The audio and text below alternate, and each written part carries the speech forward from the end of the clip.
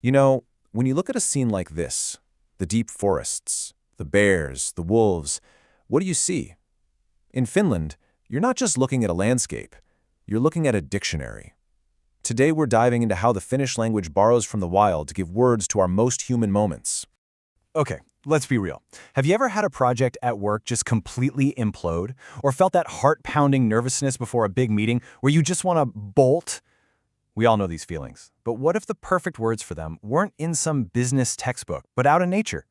Well, that's exactly what we're talking about today. We're going to see how Finnish uses the natural world to describe everything from office disasters to first date jitters. Let's kick things off with a scenario that, many of us know all too well. All right, first stop, the office. You know the place. Tangled wires, even more tangled plans, and that feeling that one wrong move could send the whole thing into chaos. So picture this.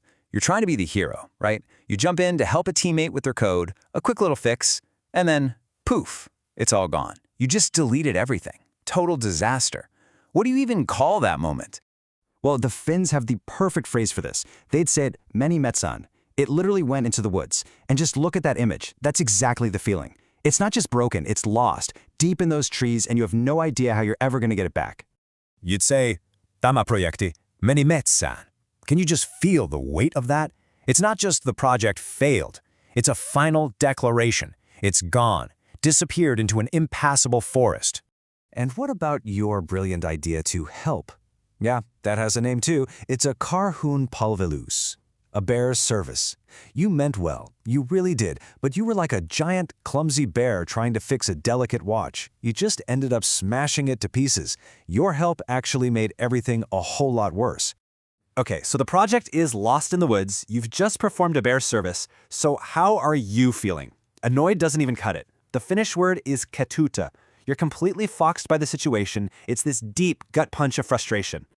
Wow, after a week like that, you need an escape, right?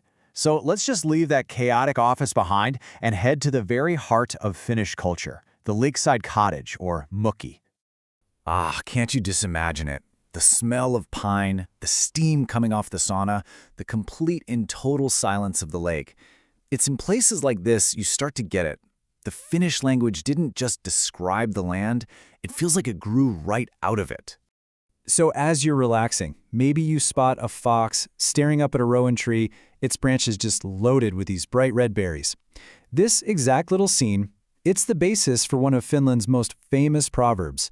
The fox tries to get the berries, but he just can't reach. So what does he do? He decides they were probably sour anyway. And that's where we get the full phrase. It's basically the Finnish version of sour grapes.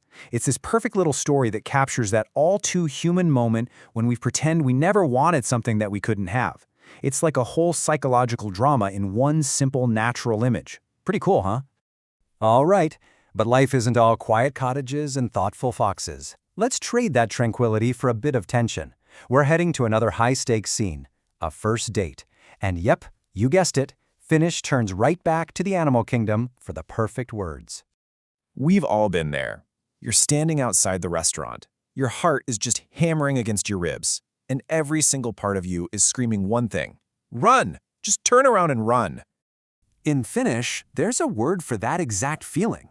You are jänistamassa, which literally means you're acting like a hare. Doesn't that just capture it perfectly? That skittish, ready-to-bolt feeling? You're not just nervous, you're about to sprint for the hills. So you're standing there, about to go full hare mode, and your phone buzzes. It's your friend. But they don't just ask if you're nervous. Oh no. They ask something a little more descriptive. Did a bunny go into your pants? How great is that?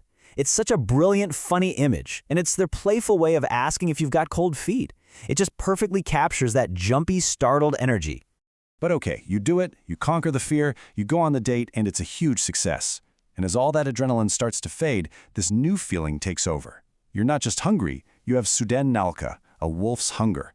That is a ravenous, almost primal need to eat after all that stress is finally passed. For our final stop, let's look at the most common situation of all, just everyday small talk. Because in Finland, even a simple chat about the weather is completely rooted in the natural world. Okay, so picture it. It's late April, the last of the snow is finally melting, and you spot the very first chaffinch of the season. You mention it to your neighbor, and they reply with this little phrase. This isn't just some old wives' tale. It's like a shared natural calendar. Every single person knows that when the chaffinch shows up, summer is exactly 2 weeks away. It's this simple phrase that connects you not just to your neighbor, but to the entire rhythm of the changing seasons. It's a cultural countdown. And what about this one? Oma ma mansika, mu ma mustika. It translates to, own land is a strawberry, other land is a blueberry. And this one really gets to a deep Finnish feeling. I mean, think about it. Blueberries are great, right? They're delicious. Other countries are wonderful places to visit. But home is a strawberry. It's rarer, it's sweeter, it's just the absolute best. So, when you put it all together, what's the big takeaway here? From a project getting lost in the woods to summer's arrival being announced by a bird, it's so clear. In the Finnish worldview, the human world and the natural world aren't separate things. They're totally intertwined. They're one and the same. So that kind of leaves us with a question for you. Take a look outside your own window. If you had to describe your life, your feelings, your culture, using the plants, the animals, or the weather right there, what would you say? What story does your landscape tell about you?